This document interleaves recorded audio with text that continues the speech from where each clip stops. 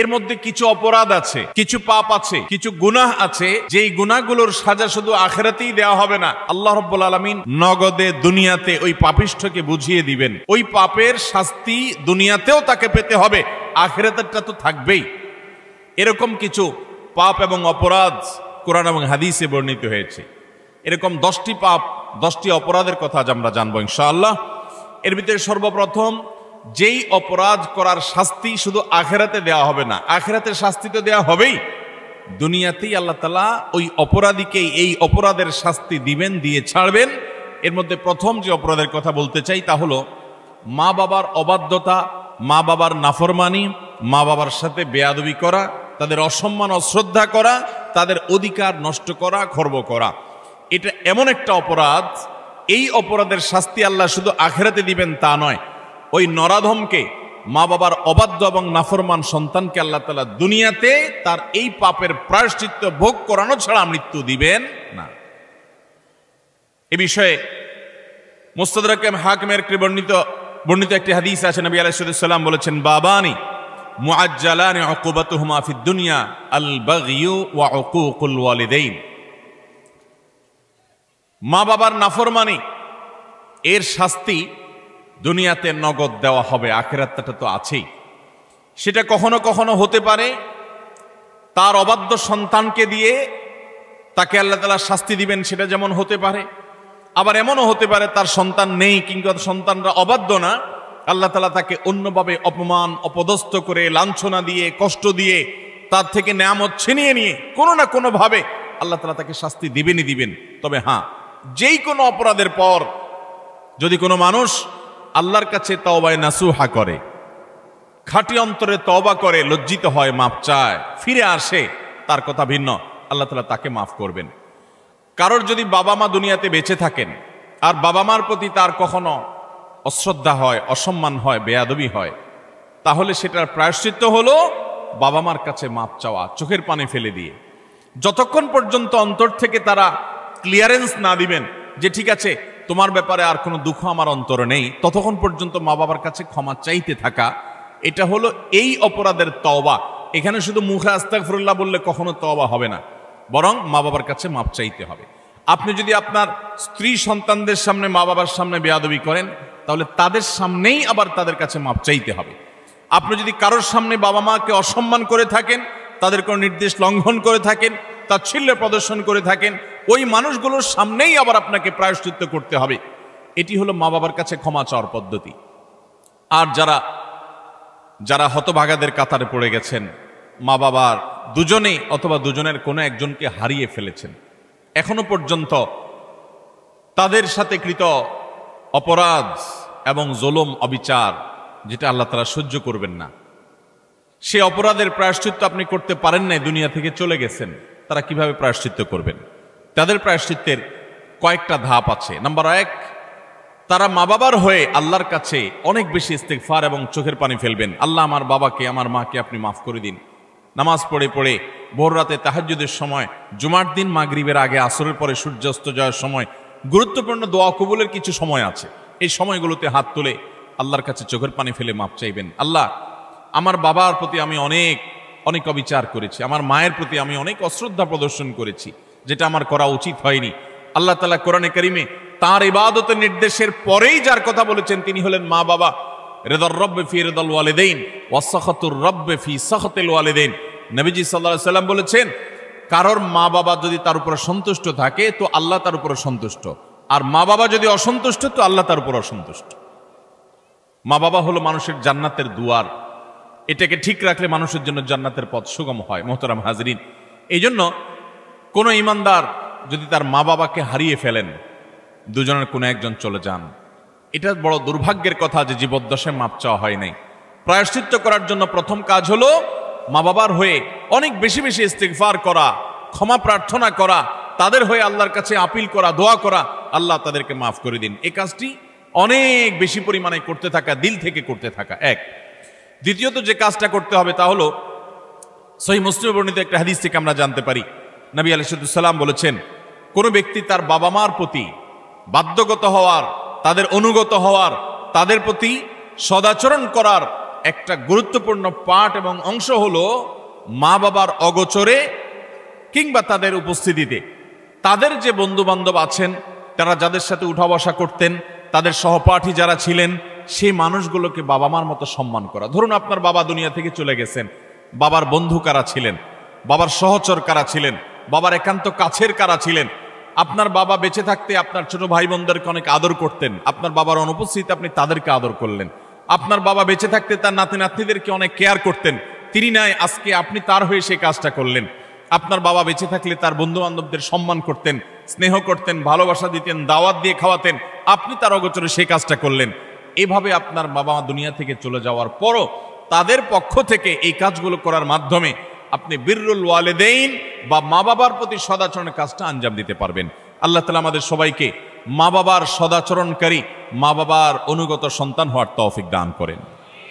নবী আলাইহিস সালাম, বিভিন্ন নবী রাসূলগণ কোরআনে কারিমে তাদের বিবরণ এসেছে, তাদের সম্পর্কে আল্লাহ রাব্বুল আলামিন এই সার্টিফিকেট দিয়েছেন। তারা কখনো কখনো আল্লাহর কাছে দোয়া করেছেন যেন তারা মা বাবার প্রতি সদাচরণকারী হন। এটা খুব সহজ বিষয় না। অনেক বদমেজাজ সন্তান আছে, অনেক কুলাঙ্গার সন্তান আছে যে বাবা মার প্রতি তারা অশ্রদ্ধা প্রদর্শন করে। বাবা মা ত্রুটি করতে পারে, বিচ্ছুতি করতে পারে, তারাও যদি অন্যায় করে সন্তানের প্রতি তাদেরও বিচার হবে, কিন্তু সন্তান হিসাবে আপনার চেষ্টা থাকবে বাবা মার সামনে কখনো অশ্রদ্ধা হয়, অসম্মান হয় এমন কোনো কাজ না করা। আব্দুল্লাহ ইবনে আব্বাস রাদিয়াল্লাহু তাআলা বলেছেন, তুমি তোমার বাবা মায়ের সামনে যদি জামা ঝাড়া দাও, কাপড় ঝাড়া দাও, ধুলাবালি সরাও, বাবা মার সামনে এই কাপড় নাটা, এটাও বাবা মার সামনে বেয়াদবির শামিল। আল্লাহর জমিনে কারোর সামনে যদি তুমি সবচেয়ে বেশি কাচুমুচু করতে হয়, সে হলো তোমার বাবা মা। তোমার সবচেয়ে বেশি বিনয়ের হকদার যদি কেউ থাকে আল্লাহর জমিনে, তিনি হলেন তোমার বাবা মা। যার কথা তুমি অন্ধের মতো মানবে, কোরআন হাদিসের খেলাফ না হলে, তিনি হলেন তোমার বাবা মা। এই জায়গাটা আর কারোর জন্য হতে পারে না। অথচ আজকাল বেশিরভাগ যুবক, বেশিরভাগ কিশোরদেরকে দেখবেন যে আল্লাহর জমিনে যার চাইতে সবচেয়ে বেশি, যার সঙ্গে সবচেয়ে বেশি ঝাড়ি মেরে কথা বলা যায়, তারা মনে করে তিনি হলেন কে? মা। সবচেয়ে বেশি ঝাড়ি যাকে দিয়ে আমাদের আজকাল কিশোররা, যুবকরা কথা বলে, তিনি হলেন কে? হতভাগা মা। আল্লাহ রাব্বুল আলামিন আমাদেরকে মানুষ হওয়ার তৌফিক দান করুন, মুসলমান হওয়ার তৌফিক দান করুন। মা বাবার মর্ম ততক্ষণ পর্যন্ত মানুষ বোঝে না যতক্ষণ পর্যন্ত সে বাবা মা না হয়েছে। আল্লাহ তাআলা আমাদেরকে বাবা মার কদর করার তৌফিক দান করুন। তাহলে 1 নম্বরের অপরাধ পেলাম আমরা, বাবা মার প্রতি যদি কেউ অবজ্ঞা করে, অশ্রদ্ধা করে, অসম্মান করে, তাদের কথা না মেনে চলে, লঙ্ঘন করে। হ্যাঁ, তারা কোনো অন্যায় কথা বললে সেটা মানা যাবে না, ন্যায়সঙ্গত কথা বললে সেটা মানতে হবে। এই ক্ষেত্রে যদি কেউ ত্রুটি করে, বিচ্যুতি করে, বাবা মার অবাধ্য হয়, তার এই শাস্তি আল্লাহ শুধু আখিরাতেই দিবেন তা নয়, দুনিয়াতে তাকে এর জন্য প্রায়শ্চিত্ত ভোগ করতে হবে।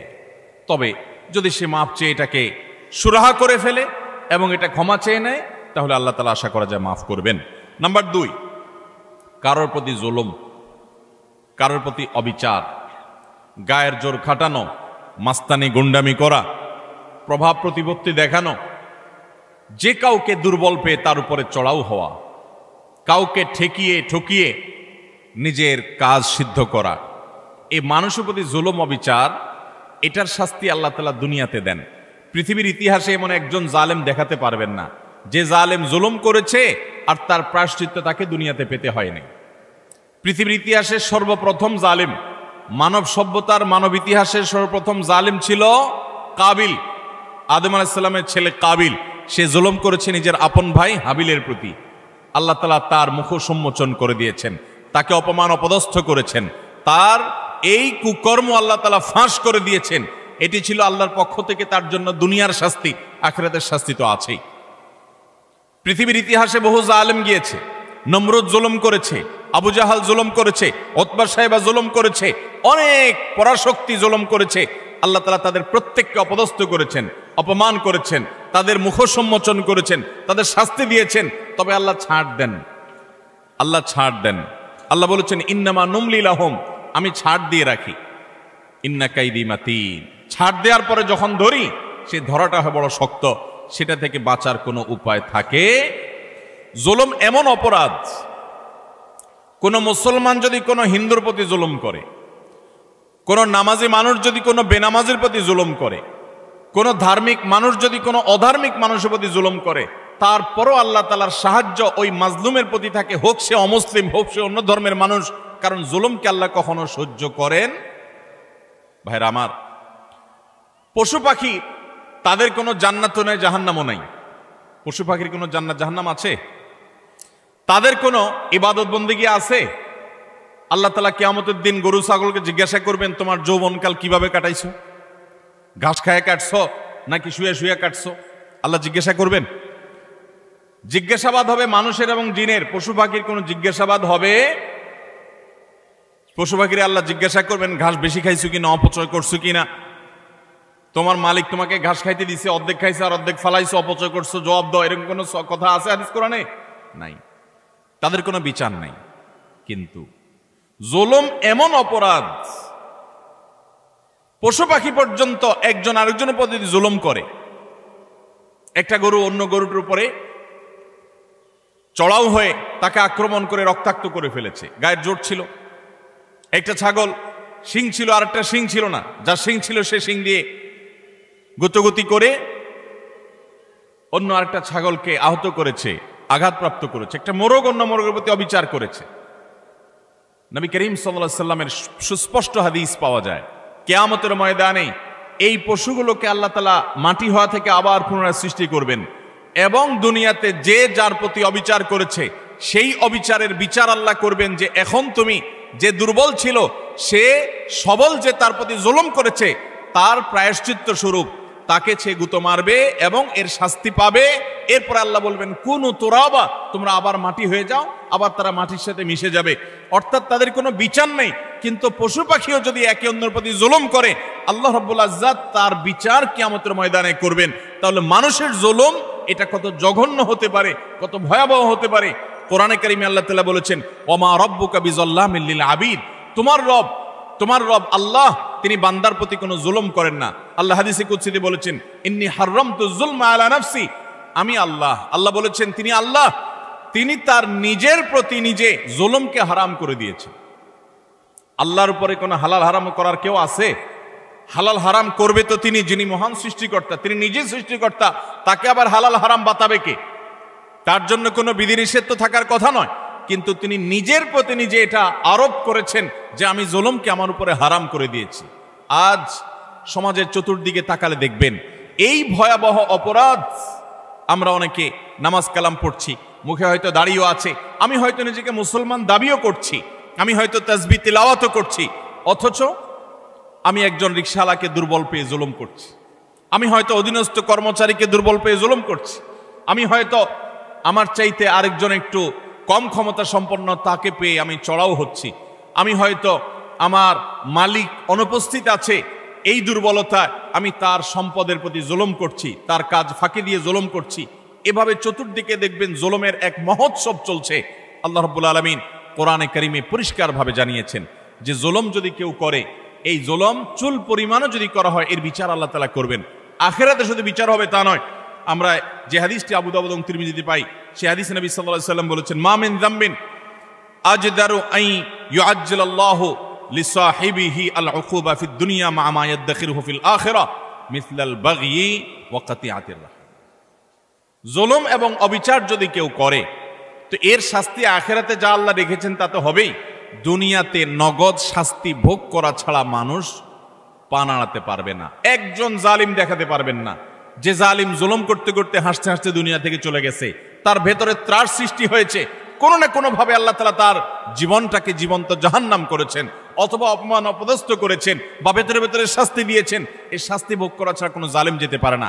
এই জন্য ভাইরা আমার, কারোর প্রতি যদি জুলুম হয়, বিশেষ করে আমাদের তরুণ বন্ধুদেরকে আমরা বলি যে কয়েকজন বন্ধু যখন একসাথ হন, শরীরের মধ্যে একটা ভাবসাব চলে আসে। কয়েকজন কলেজে পড়ুয়া বন্ধু, আজকাল কলেজে পড়া লাগে না, এখন কিশোর গ্যাং বাইর হয়েছে, পুস্কে পুস্কে 4-5 জন একসাথে হয়ে গেলেই মাস্তান হয়ে যায়, ঠিক না বে ঠিক? 4-5 জন একসাথে হলে শরীরে একটা ভাবসাব চলে আসে। একা একা যদি চায়ের দোকানে যান, তো আস্তে করে খুব নরম সুরে বলেন, মামু 1 কাপ চা দেন। আর যখন 4-5 জন 6-7 জন একসাথে যান, তো শরীরে ভাব চলে আসে।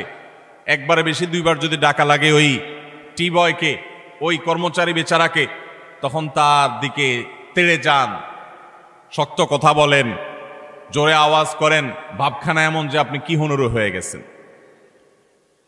গাড়িতে উঠেছেন, বাসে উঠেছেন, কয়েকজন মিলে উঠেছেন, তো মনে হচ্ছে যে কিছু একটা বাসে উঠে গেছে, কোনো একটা হাইওয়ান জন্তু উঠে গেছে, এরকম একটা ভাবচক্কর, ঠিক না ভাই? ঠিক ভাইরা আমার, কয়েকজন মিলে শক্ত আছেন, একজন রিক্সাওয়ালা হয়তো 10 টাকার জায়গায় 15 টাকা চাইছে, 1 টাকাও দিলেন না, পুরো টাকা না দিয়ে চলে গেছেন, বেচারা ফেল করে চেয়ে আছে, কিছু বলার ক্ষমতা নাই।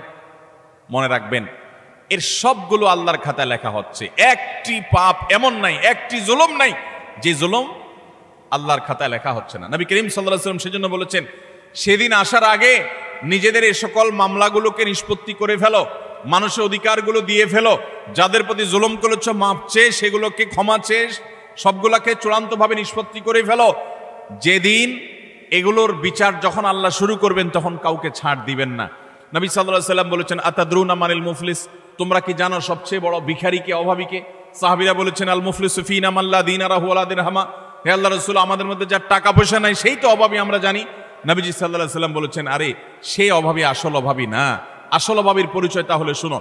একটা লোক দুনিয়াতে অনেক কোরআন তেলাওয়াত করেছে, অনেক তাসবিহ জপেছে, অনেক হজ উমরা করেছে, অনেক বেশি ইবাদত বন্দেগী করেছে, অনেক নফল নামাজ পড়েছে, নফল রোজা রেখেছে, অনেক দান সাদাকা করেছে, অনেক ভালো কথা মানুষকে শুনিয়েছে, অনেক মাহফিলে সে গিয়েছে, অনেক ভালো কাজে সহযোগিতা করেছে, হাজী সাহেব গাজী সাহেব হয়েছে, সবই ঠিক আছে।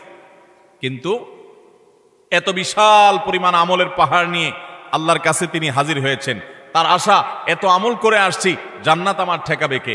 কিন্তু দেখা গেল দুনিয়াতে তার জীবদ্দশায়, কৈশোর বয়সে, যৌবনে, প্রাপ্তবয়স্কে, বৃদ্ধ বয়স্কে, বিভিন্ন পর্যায়ে এসে সে কখনো কাউর প্রতি অত্যাচার করেছে, অবিচার করেছে, কাউকে ঘাট ধাক্কা দিয়েছে, কাউকে একটা ঘুষি দিয়েছে, কাউকে একটা গালি দিয়েছে, কাউর প্রতি অবিচার করেছে, কারোর প্রতি জুলুম করেছে, কখনো কাজের বুয়ার প্রতি করেছে, কখনো ড্রাইভারের প্রতি করেছে, কখনো অধীনস্থের প্রতি করেছে, কখনো আপন ভাইয়ের প্রতি করেছে, কখনো আপন বোনের প্রতি করেছে, কখনো নিজের স্ত্রীর প্রতি করেছে, কখনো হয়তো সন্তানের প্রতি করেছে, নানামুখী মানুষের প্রতি জুলুম করেছে। এই জুলুমগুলোর যাদের প্রতি করা হয়েছে, কিয়ামতের ময়দানে এই লোক যখন আমলের পাহাড় নিয়ে জান্নাতে যাওয়ার জন্য মুছে তাও দিবে, সমস্ত পাওনাদার হাজির হয়ে আল্লাহর কাছে বলবে, আল্লাহ, এই ব্যক্তি যে আজ জান্নাতে যাওয়ার জন্য প্রস্তুতি গ্রহণ করছে, এই লোক সে আমাদের অধিকার নষ্ট করেছে, আমাকে একটি আঘাত করেছে, আমি দুর্বল ছিলাম, হয়তো রিকশাওয়ালা, কিছু বলতে পারি নাই, আপনি তো আহকামুল হাকিমিন, আজ বিচার দিবসেতে বিচার হবে, দুনিয়াতে আমি বিচার পাই নাই, আজকে আমি বিচার চাই। আল্লাহ তাআলা তখন ওই ব্যক্তিকে আল্লাহ রাব্বুল আলামিন তখন বলবেন, এখন বিচার হলো, তুমি যে আমলের পাহাড় নিয়ে এসেছো সেখান থেকে কিছু আমল সওয়াব তাকে দিয়ে দাও, কিছু সওয়াব তাকে দিয়ে দাও, তোমার কাজের প্রায়শ্চিত্ত হবে। তাকে আল্লাহ তাআলা বিদায় করবেন, নিষ্পত্তি করবেন। আরেকজন হাজির, এভাবে একে একে যত পাওনাদার তার কাছে হবে, সমস্ত পাওনাদারদের পাওনা দিতে দিতে তার আমল যা নিয়ে এসেছে এ আমলের সকল সওয়াব ফুরিয়ে যাবে, শেষ। কিন্তু পাওনাদার তখনও আছে। এবার পাওনাদারদের পাওনা নিষ্পত্তি করবার জন্য আল্লাহ তাআলা পাওনাদারদের পাপের বোঝা তার মাথায় একটু একটু করে, তার অপরাধের অনুপাত হারে আল্লাহ তাআলা দিতে দিতে পাপের বোঝা মাথায় নিয়ে, আমল তো সওয়াব তো এর আগেই শেষ পাওনাদারকে দিয়ে, এবার পাওনাদারদের পাপের বোঝা মাথায় নিয়ে সে জাহান্নামে নিক্ষিপ্ত হবে।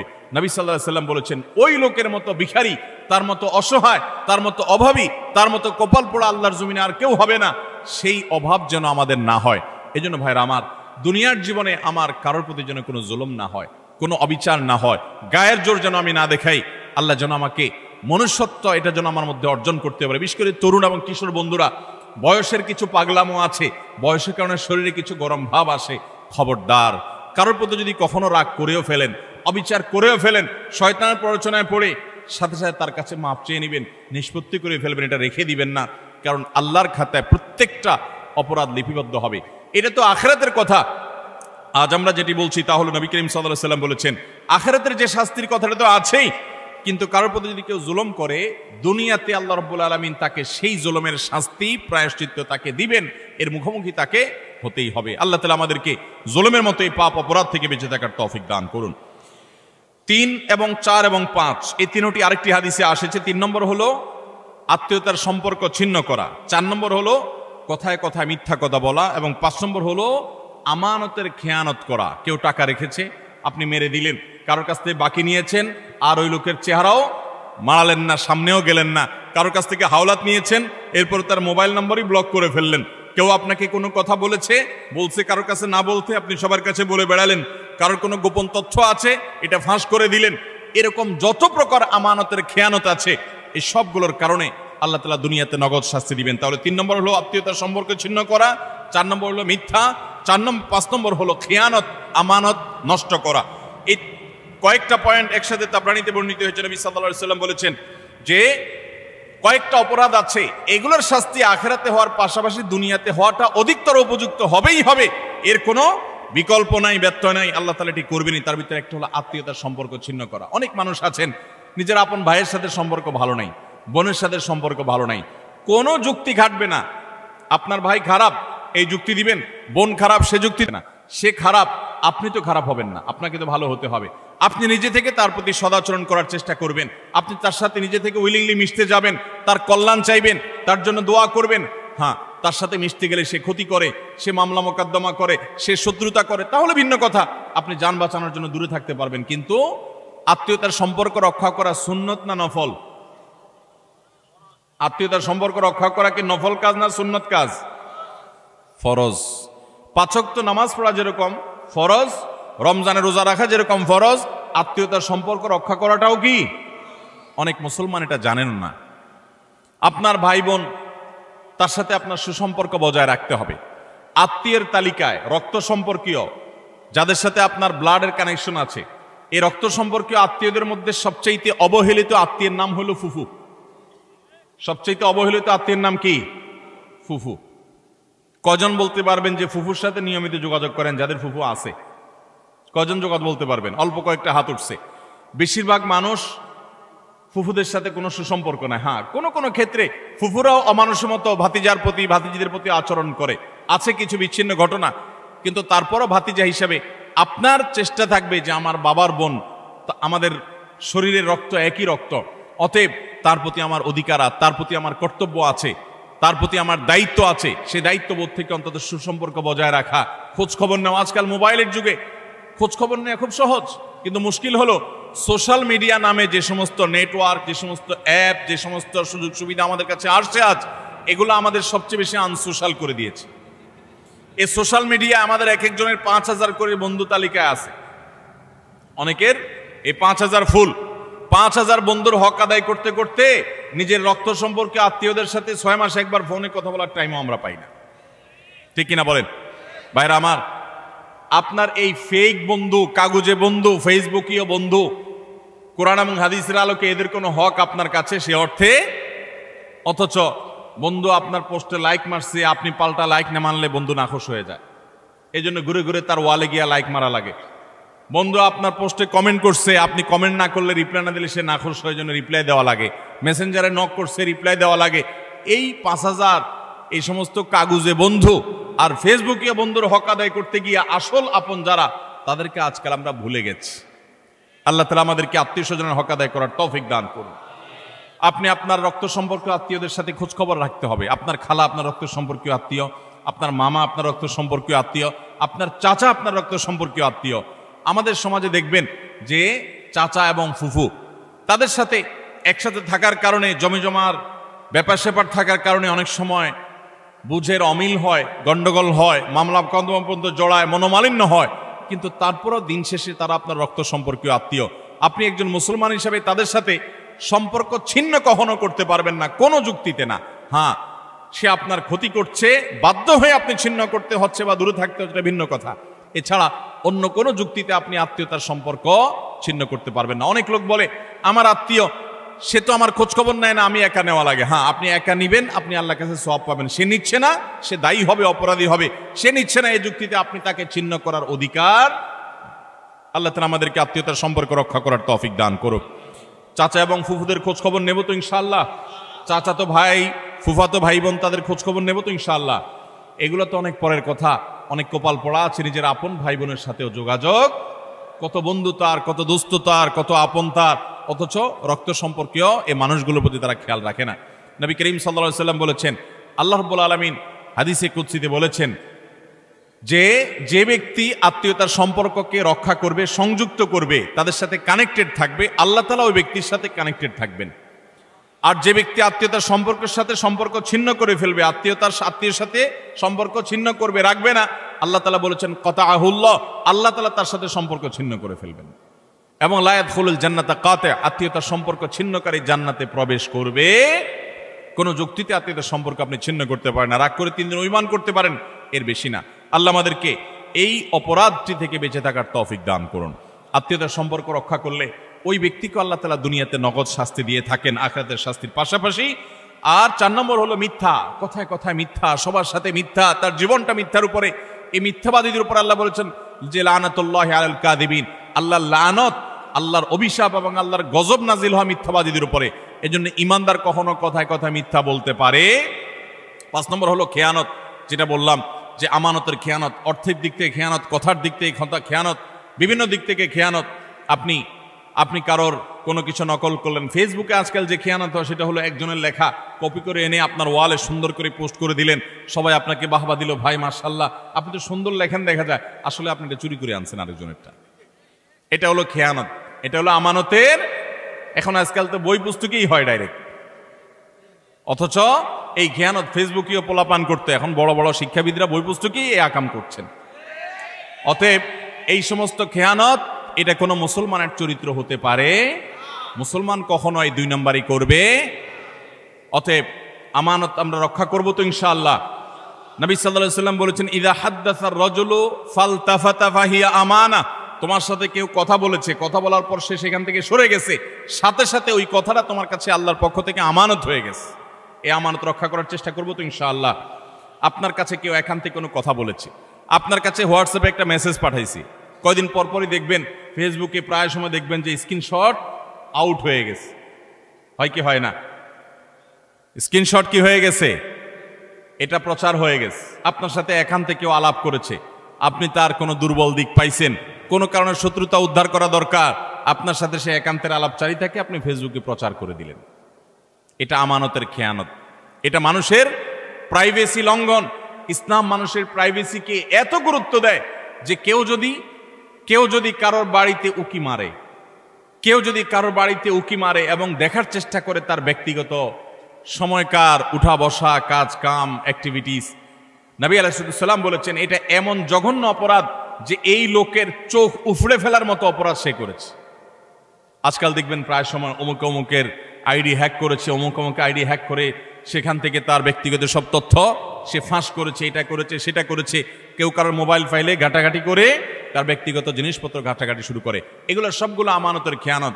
আমাদের কথা, আমাদের কাজ, আমাদের টাকা, আমাদের পয়সা, লেনদেন সবকিছুতে আমানতদারিতা দেখাতে হবে।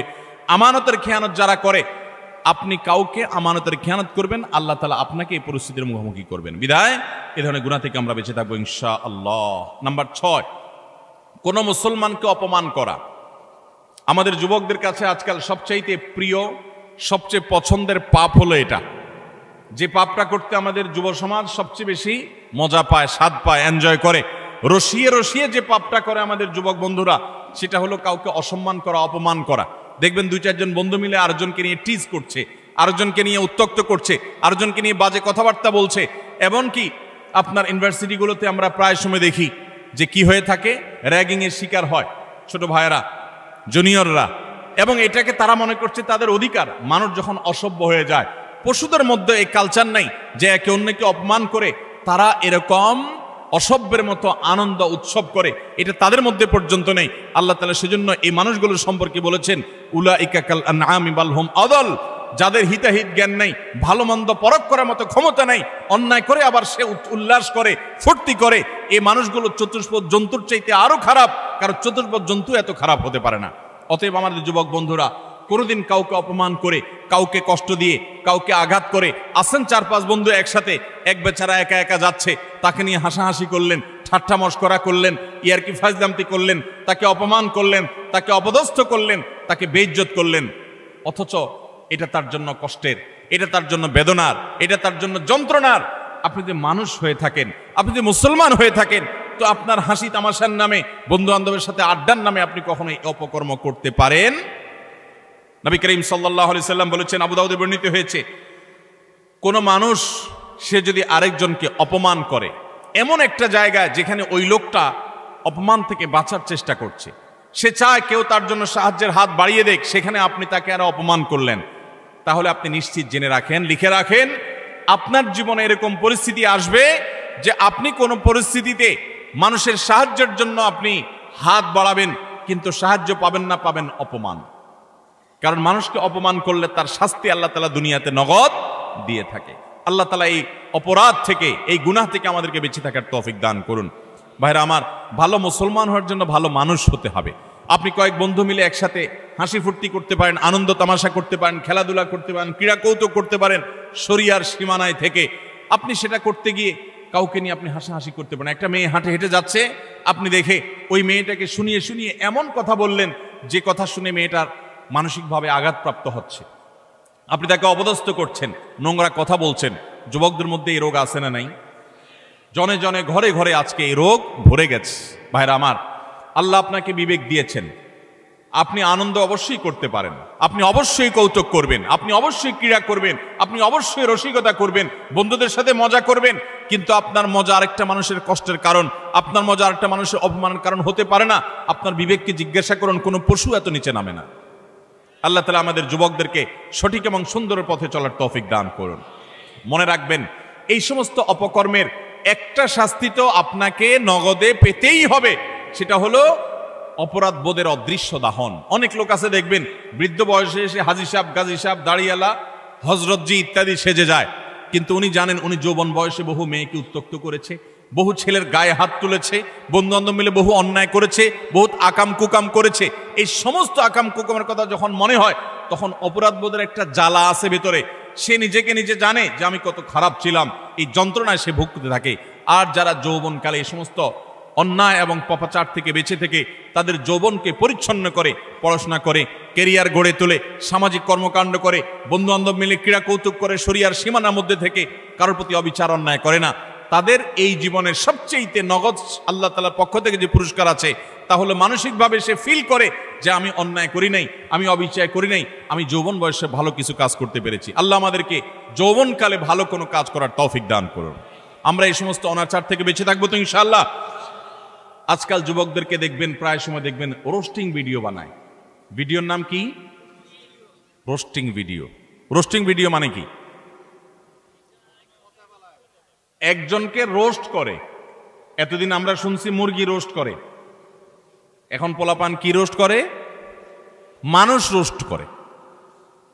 একটা মানুষের হয়তো কোনো ভুল হয়েছে, তার ভুল হলে অবশ্যই তার সমালোচনা হতে পারে, যৌক্তিক সমালোচনা হতে পারে, ভুল সংশোধন হতে পারে, ভুল শুধরানো হতে পারে, কিন্তু ভিডিও বানায়া তার চরিত্র হনন, তার ব্যক্তিগত বিষয় এসে তুলে এনে তাকে একেবারে মুরগিরে যেরকম রোস্ট করে, তার গোষ্ঠী উদ্ধার করার নাম হলো রোস্টিং ভিডিও। আমরা কোন সভ্যতায় বসবাস করছি? যুবকদের কাছে এই জিনিসগুলো খুব এনজয় করার মতো বিষয়, এগুলো দেখে আমরা অনেকে খুব হাসি, আমরা খুব আনন্দ পাই, খুব মজা পাই। আমাদের রুচি নষ্ট হয়ে গেছে। ভাইরা আমার, একজন মানুষ আরেকজন মানুষকে নিয়ে চরম অপমানকর কোনো কাজ কখনো করা, এটা কখনো সভ্য মানুষের কাজ এটা কখনো মুসলমানের কাজ হতে পারে? আল্লাহ তাআলা আমাকে আপনাকে এরকম সচেতন দায়িত্বশীল মুসলমান হওয়ার তৌফিক দান করুন। আমরা কোনো মানুষকে অপমান করব, আমরা কোনো মানুষকে কষ্ট দেব? আজ অনেক যুবক আছে বাবার বয়সী একজন মানুষের সাথে পর্যন্ত বেয়াদবের মতো আচরণ করে। রিক্সাওয়ালা হতে পারে, তিনি রিক্সা চালক, কিন্তু আপনার বাবার বয়সী, আপনার বড় ভাইয়ের বয়সী, আপনার চাইতে অন্তত আলটিমেট কমপক্ষে বড়, অ্যাটলিস্ট আপনার চাইতে সে সিনিয়র, কিন্তু দেখা যায় তার সাথে পর্যন্ত তুচ্ছ তাচ্ছিল্য করে, তুই তোকারি করে, যা তা বলে আমাদের যুবকরা আজকাল, অনেকে, আমি সবার কথা বলছি, অনেক যুবকরা আজকাল এমন আচরণ করে। আল্লাহ রাব্বুল আলামিন এই সমস্ত উদ্ভ্রান্তের জীবন, এই সমস্ত উচ্ছৃঙ্খলতার জীবন পরিহার করে আমাদেরকে সুন্দর জীবন যাপন করার তৌফিক দান করুন। ভাইরা আমার, একটা সুস্থ বিবেক অনেক বড় নেয়ামত, যে বিবেকের রাডারে ধরা পড়বে যে এটা অন্যায়, এটা ন্যায়। আমার কোনো বন্ধু একটা অপকর্ম করছে, আমি বুঝতে পারলাম আমার রাডারে ধরা পড়েছে এটা অন্যায়, আমি প্রতিবাদ করব, ওই বন্ধুকে প্রয়োজনে ত্যাগ করব, আমি একজন ভালো বন্ধু গ্রহণ করব। চেষ্টা করা যাবে না ইনশাআল্লাহ? যৌবনকাল বারবার আসবে না ভাইরা। যৌবনের যে পাগলামি, যৌবনের যে উচ্ছলতা, যৌবনের যে উন্মাদনা, আল্লাহর শপথ করে বলছি এটা চিরকাল থাকবে? থাকবে না, এটা চলে যাবে। কি করেছেন সে জিনিসটা কিন্তু ঠিকই থেকে যাবে। আপনার কর্মটা ঠিকই থেকে যাবে। যৌবনের এই সময়টা চলে যাবে, কিন্তু যৌবনকালে যা যা করেছেন এই সবগুলো আপনার আমলনামা যেমন লেখা থাকবে, আপনার স্মৃতিতেও থাকবে। আমলনামার কারণে আপনার আখিরাতে শাস্তি হবে, আর স্মৃতিতে থাকার কারণে আপনার পরবর্তী বয়সে আপনাকে অপরাধবোধের অদৃশ্য দাহনে আপনাকে জ্বালাতে থাকবে, অস্থিরতা আপনার মধ্যে কাজ করতে থাকবে। অতএব যৌবনকালে এবং যে কোনো বয়সে আমরা কোনো মানুষকে অপমান অপদস্থ করব। কোনো মানুষ বিপদে পড়েছে, হয়ে গেছে তার দ্বারা একটা কোনো সমস্যা, আপনি চান্স পেয়ে এবার তার 14 গোষ্ঠী উদ্ধার করা শুরু করলেন না ভাই। এই সময় হাত বাড়িয়ে দেন, পারলে তাকে সাহায্য করেন। আল্লাহ রাব্বুল আলামিন আপনার কোনো বিপদে এরকম মানুষ দিয়ে দিবেন যে মানুষ আপনার হাত ধরে আপনাকে উদ্ধার করবে। চেষ্টা করবো না ইনশাআল্লাহ? তাহলে 6 নম্বর অপরাধ এটি যে কোনো মানুষকে অপমান করলে, কোনো মুসলমানকে অপমান করলে তার শাস্তি আল্লাহ রাব্বুল আলামিন দুনিয়াতে দেন। এবং যে ব্যক্তি কোনো বিপদে পড়া মানুষকে, যার দরকার সাহায্য, সে সাহায্যের জন্য হাহাকার করছে, ওই টাইমে তাকে আরো আঘাত করে, আরো আক্রমণ করে, তার রোস্টিং ভিডিও বানায়, তার চরিত্র হনন করে, তাকে অপমান অপদস্থ করে, এই ব্যক্তি তার যখন জীবনে এরকম পরিস্থিতিতে পড়বে, আল্লাহ তাআলা ঠিক একইভাবে অন্য আরেক পাপিষ্ঠকে দিয়ে আল্লাহ তাআলা তাকে সাইজ করবেন। বিদায় বেঁচে থাকবো তো ইনশাআল্লাহ। নাম্বার 7, মানুষকে দেখানোর জন্য কোনো ভালো কাজ করলে, এখন ফেসবুকের সময়, এমন কোনো ভালো কাজ পাওয়া কঠিন হবে যেটা আমরা ফেসবুকে দেই না। আমরা আমাদের আস-সুন্নাহ ফাউন্ডেশনের বিভিন্ন ভালো কাজ কার্যক্রম ফেসবুকে দেই, সেটা হলো জবাবদিহিতা। ডোনাররা যে ডোনেশন করেন তাদের টাকা কোথায় খরচ হচ্ছে, সেটা কিভাবে খরচ হচ্ছে, সেটা তাদেরকে জানানোর জন্য। ব্যক্তিগত দান, ব্যক্তিগত ভালো কাজ, এটাকে একজন ইমানদার যথাসম্ভব লুকাবার চেষ্টা করবে। হ্যাঁ, অন্যকে উৎসাহিত করবার জন্য দান কখনো প্রকাশ্যও দেওয়া যেতে পারে, সেটা প্রশংসনীয় হতে পারে। কিন্তু আজকাল দেখবেন যে যুবকদের দোষ দিয়ে লাভ কি? অনেক মধ্যবয়স্ক মানুষও আছে, দেখা যায় কোনো গরিব মানুষকে হয়তো একটা কলা দান করছে, কলা ত্রাণ হিসাবে, ওই কলা দেখা যায় 6 জন 7 জন মিলে ধরে রাখছে। বোঝার কোনো উপায় নেই কি গরিবকে দিচ্ছে না গরিবে তাদেরকে দিচ্ছে। এই চিত্র আমাদের সমাজে আছে না নেই? সামান্য কয়টা মুড়ি দিচ্ছে, সামান্য একটা কিছু দিচ্ছে, তো এতজন মিলে দিচ্ছে, এটা দেখে বোঝার উপায় নাই যে গরিব মানুষটা দিচ্ছে না এরা গরিব মানুষকে দিচ্ছে। এই সমস্ত তামাশা আমাদের সমাজে হয় কি হয় না বলেন? কদিন আগে একটা ভিডিও ভাইরাল হয়েছে যে এক লোক দোয়া করবে, তো একটা ছেলেকে মোবাইল দিয়া ভিডিও করতে লাগাই দিছে, ওইটা আবার আরেকজন ভিডিও করে ফেলছে। এবার সে হাত তুলে কাঁদতেছে, কান্দা শেষ, মোবাইল অফ করে ভিডিও ফেসবুকে ছেড়ে দিস। ভাইরা আমার, ওমরা করতে গেলে, কোন একটা ভালো কাজ করতে গেলে সেলফি সেলফি সেলফি ছাড়া কিচ্ছু। একটা হুজুর দেখছে দোয়া নিবে, হুজুর কাছ থেকে কিছু শিখবে, এখন এসব নাই, হুজুর দাঁড়ান একটা সেলফি নেই। এই রোগ আমাদেরকে প্রচন্ড আকারে ধরছে কি ধরে নাই? একটা হলো স্মৃতি রাখলাম, উৎসাহিত অনুপ্রাণিত হলাম, সেটা ভিন্ন বিষয়। বেশিরভাগ ধান্দাই হলো ফেসবুকে একটা পোস্ট দেবো, মানুষ বলবে ওরে বাপরে বাপ, তুই এই লোক পাইলি কোত্থেকে, মাশাআল্লাহ মারহাবা, কিছু লাইক কমেন্টের বিজনেস হবে। আমাদের মানুষকে দেখাবার প্রবণতা এখন এমন ভাবে হয়ে গেছে যে আমরা এমন কোনো কাজ করি না যেটার ফিডব্যাক দুনিয়াতে আশা করি না, অথচ আল্লাহ তাআলার নেককার বান্দা তারা, যারা কোনো ভালো কাজ করে তার বিনিময় আশা করবে কার কাছে? আল্লাহর কাছে। আল্লাহ তাআলা আমাদেরকে সেরকম নিষ্ঠাবান মানুষ হওয়ার তৌফিক দান করুন। নবী আলাইহিস সালাম বলেছেন মুসনাদ আহমদের হাদিসে, মান সাম্মা আন-নাস বিআমালিহি সাম্মা আল্লাহু বিহি, যে ব্যক্তি কোনো ভালো কাজ করে গল্প দিয়ে বেড়াবে শুধুমাত্র মানুষের কাছে, লোক শোনানো, লোক দেখানো কাজ করবে, আল্লাহ রাব্বুল আলামিন ওই ব্যক্তিকে এই কাজের প্রায়শ্চিত্ত দুনিয়াতেই দিবেন এবং তার শাস্তি দুনিয়াতেই হবে। আল্লাহ তাআলা আমাদেরকে এই লৌকিকতা, মানুষকে দেখাবার জন্য ভালো কাজ করার এই বদ অভ্যাস পরিহার করার তৌফিক দান করুন। নাম্বার 8, যদি কেউ নেয়ামতের নাশুকরি করে, আল্লাহ কোনো নেয়ামত দিয়েছেন সেটার নাশুকরি করেছে, এই ব্যক্তিকে আল্লাহ তাআলা নগদ শাস্তি দিবেন। সূরা নাহল 128 নম্বরে আল্লাহ তাআলা বলেছেন, ওয়াদারাবাল্লাহু মাসালান কারিয়াতান কানাত আমিনাতান মুতমাইন্নাহ, একটা জনপদের মানুষ, তারা নিরাপদে ছিল, সুখে শান্তিতে ছিল, আল্লাহ তাআলা তাদেরকে নিরাপদে রেখেছেন, ভালো রেখেছেন। ইয়াতিহা রিজকুহা মিন কুল্লি মাকান, প্রত্যেকটা জায়গা থেকে আল্লাহর পক্ষ থেকে রিজিক আসতো। ফাকাফারাত বিআনউমিল্লাহ, তারা আল্লাহর নিয়ামতকে অস্বীকার করে বলেছে, নাশুকরি করেছে। ফাযাকাল্লাহু লিবাসাল জুই ওয়াল খাউফি বিমা কানু ইয়াসনাউন, তাদের এই নাশুকরির কারণে আল্লাহ তাআলা তাদেরকে আল্লাহ রাব্বুল আলামিন দুর্ভিক্ষ, অভাব অনটন, আশঙ্কা এবং ভয়ের শাস্তি দুনিয়াতে দিয়েছেন, আখিরাতে তো বটে। অনেক মানুষ আছে দেখবেন নাশুকরি করে, আপনি অনেক উপকার করেছেন, বলবেন না আমি কিছুই তো পাই নাই, আমি নিজে নিজে করেছি। এই নাশুকর ঠিকই এক সময় বিপর্যস্ত হবে এবং বিপদগ্রস্ত হবে, এবং যেই নিয়ামত পেয়ে সে নাশকরি করেছে এই নিয়ামত আল্লাহ তার কাছ থেকে ছিনিয়ে নিবেন, আজ হোক আর 2 দিন পরে হোক। বিধায় এই ধরনের গুনাহ থেকে আমরা বেঁচে থাকবো তো ইনশাআল্লাহ। অনেক মানুষ আছে দেখবেন আল্লাহর শুকর খুব আদায় করে, মানুষের শুকর আদায় করে না, আছে না নাই? অনেক লোক আছে ঢাকা শহরে আসার সময় লঞ্চের ভাড়া, বাসের ভাড়াটাও ছিল না, ঝুলে ঝুলে চলে আসছে। এরপর আল্লাহ তাআলা তাকে এমন সম্পদ দেওয়া দিছেন, যেভাবে হোক সে এমন সম্পদ কামাইছে, 2-4টা বাড়ির মালিকও হয়ে গেছে, আছে না না এরকম অনেক মানুষ। কিন্তু ঘন ঘন দেখবেন আল্লাহর শুকর আদায় করে যে আল্লাহ আমাকে সব দিছে। ঠিক আছে, আল্লাহই তো দিছে, কিন্তু আল্লাহর কিছু বান্দাদের ভূমিকা ছিল কি ছিল না, তাদের নাম মুখে নিতে রাজি না, নিলে তো ছোট হয়ে যাবে, আছে না না এরকম চরিত্রের মানুষ। কোনো অর্জন হলে সব ক্রেডিট আল্লাহরে দেয়, এটা ভালো, কিন্তু আল্লাহকে শুধু দিলে হবে না। কোনো বান্দা যদি আপনাকে উপকার করে, আপনাকে এই পর্যন্ত আসতে সহযোগিতা করে, তো তার কৃতজ্ঞতাও আপনাকে আদায় করতে। নবী আলাইহিস সালাম বলেছেন, মাল্লাম ইয়াশকুরিন নাস লাম ইয়াশকুরিল্লাহ, যে মানুষের কৃতজ্ঞতা আদায় করে না, অকৃতজ্ঞ হয়, সে আল্লাহর প্রতি অকৃতজ্ঞ, সে আল্লাহর কৃতজ্ঞতা আদায় করার কোনো মূল্য হতে। বিধায় মানুষের কৃতজ্ঞতা আদায় করবো তো ইনশাআল্লাহ। যে যতটুকু আমার উপকার করেছে, যার দ্বারা যতটুকু অর্জিত হয়েছে, এটাকে অকপটে স্বীকার করার মতো মানসিকতা থাকতে হবে। ইমানদার কখনো অকৃতজ্ঞ নাশকর হতে পারে, এ নাশকরির শাস্তি আল্লাহ তাআলা দুনিয়াতে দিয়ে থাকেন। ঠিক একইভাবে 9 নম্বরের যে অপরাধ, তা হলো ব্যবসায় ফাঁকি দেওয়া। এমন ব্যবসায়ী এখন পাওয়া সোনার হরিণ হয়ে গেছে, যেই ব্যবসায়ী সত্য কথা বলে, 2 নম্বরই কথা বলে না, চিটারি বাটপারি করে না। আপনি ঢাকা শহরের কোন দোকানে, কোন মার্কেটে যাবেন, আল্লাহর কিছু নেককার বান্দা আছে সেটা হাতে গোনা, বেশিরভাগ দোকানে যাবেন 100 টাকা কেনা ভাই, আল্লাহর কিরা, রাসূলের কিরা ভাই, যদিও রাসূলের কিরা হয় না, শিরক, এরকম নানা কিরা বলে, নানা কসম করে বলবে 100 টাকা কিনা, এরপরে মুলামুলি করার পর দেখা যায় 50 টাকা দিয়ে দিস, আছে না নাই?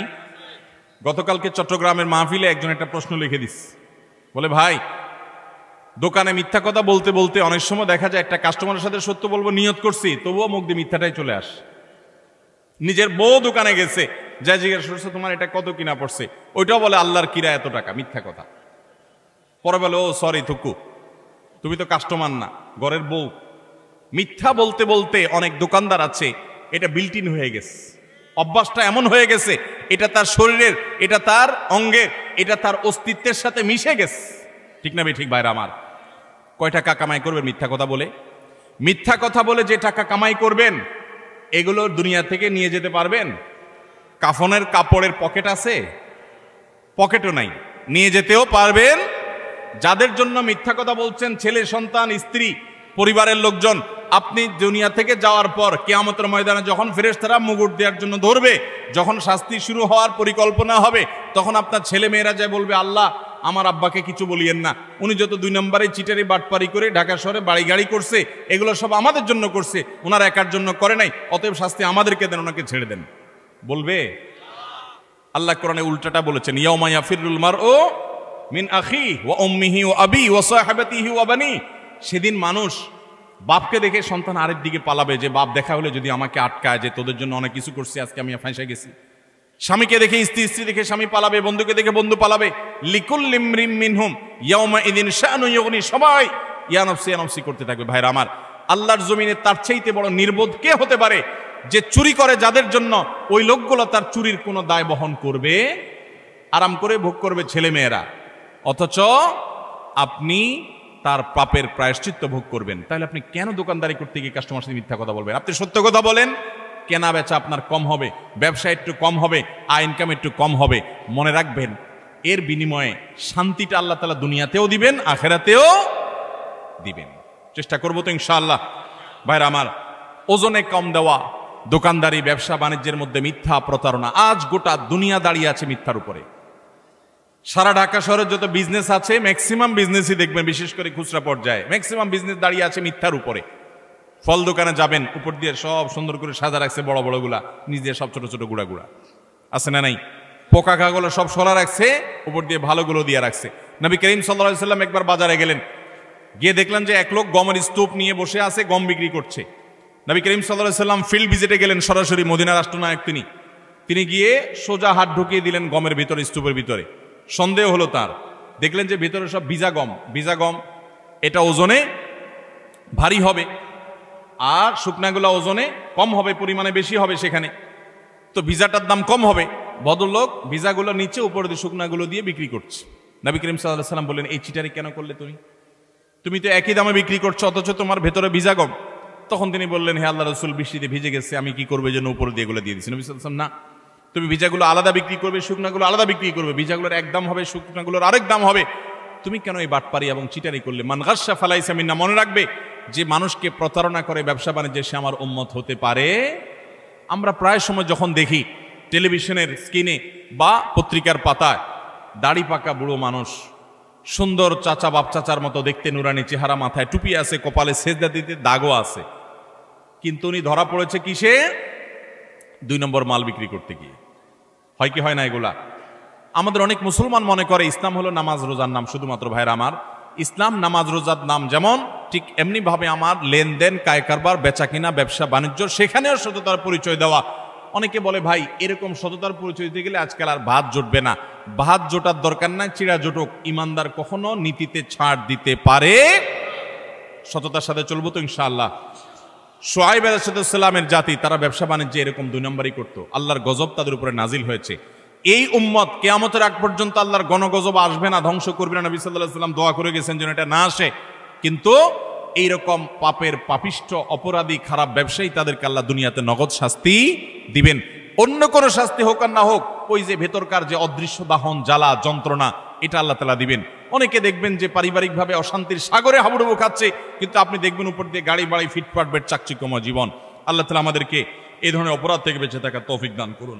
নাম্বার 10, যে কোনো সাধারণ কুফরি, আল্লাহর প্রতি অবিশ্বাস, পাপাচার, এগুলোর কারণেও আল্লাহ তাআলা দুনিয়াতে নগদ একটা শাস্তি দেন। মিনিমাম একটা শাস্তি হয়, সেটা হলো মানসিক অশান্তি এবং ডিপ্রেশন। আপনারা প্রায় দেখবেন গোটা পৃথিবীতে সবচেয়ে বেশি আত্মহত্যা করে তারা যারা কোনো ধর্মে বিশ্বাসী না। সবচেয়ে বেশি আত্মহত্যা করে যারা কোনো ধর্মে বিশ্বাসী। এটা আমার কথা না, এটা বিশ্ব স্বাস্থ্য সংস্থার বিভিন্ন কয়েক বছরের জরিপ মিলিয়ে রব্বি আল্লাহ নামে একটা গ্রন্থ অনেকগুলো ভাষায় অনুদিত হয়েছে রিয়াদ থেকে। এর বাংলা অনুবাদ আমি করেছিলাম। সেখানে একটা গ্রাফ তারা তুলে এনেছেন। বিশ্ব স্বাস্থ্য সংস্থার জরিপের আলোকে কয়েক বছরের জরিপ দেখানো হয়েছে। সারা পৃথিবীতে তুলনামূলকভাবে আত্মহত্যার পরিমাণ, প্রবণতা সবচেয়ে কম যাদের মধ্যে, তারা হলো মুসলমানরা। কারণ কি জানেন? মুসলমান যদি দেয়ালে পিঠ থেকে যায়, সে জানে উপরে আল্লাহ আছেন, তার একটা আস্থার জায়গা থাকে, ভরসার জায়গা থাকে। আর যার আল্লাহর প্রতি বিশ্বাস না, সে বলে ও স্যাড, ব্যাড, শেষ। আফসোস করা ছাড়া তার কিছু আর থাকে। যালিকা বিআন্নাল্লাহা মাওলাল্লাযীনা আমানু ওয়া আন্নাল কাফিরিনা লা মাওলা লাহুম। আল্লাহ হলেন ঈমানদারদের অভিভাবক, আর কাফেরদের কোনো অভিভাবক থাকে। অতএব ভাইরা আমার, যে কোনো পাপের একটা নগদ শাস্তি হলো মানসিক অশান্তি, মানসিক যন্ত্রণা।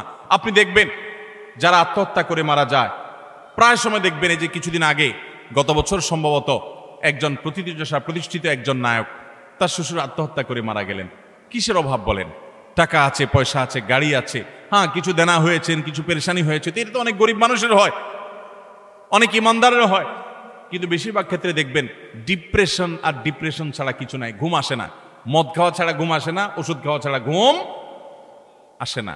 অথচ ভোগের যত উপকরণ সব তার হাতের কাছে আছে, মদের বোতলও তার কাছে আছে, নর্তকীও তার সামনে আছে, অন্যায়, পাপাচার এবং উচ্ছলতা এটা করার যত মাধ্যম আছে সব তার হাতের কাছে আছে, কিন্তু শান্তি জিনিসটা নাই। মানসিক শান্তি জিনিসটা আল্লাহ রাব্বুল আলামিন কোরআনে কারিমে বলেছেন, আলা বিযিক্রিল্লাহি তাতমাইন্নুল, আল্লাহর জিকির, আল্লাহর আনুগত্যের মধ্যে প্রশান্তি আসে। ভাইরা আমার, সালাহাতুস সঙ্গে বুদি দিল খারাস, আজ মুদে এক জামানা খাকে বাস।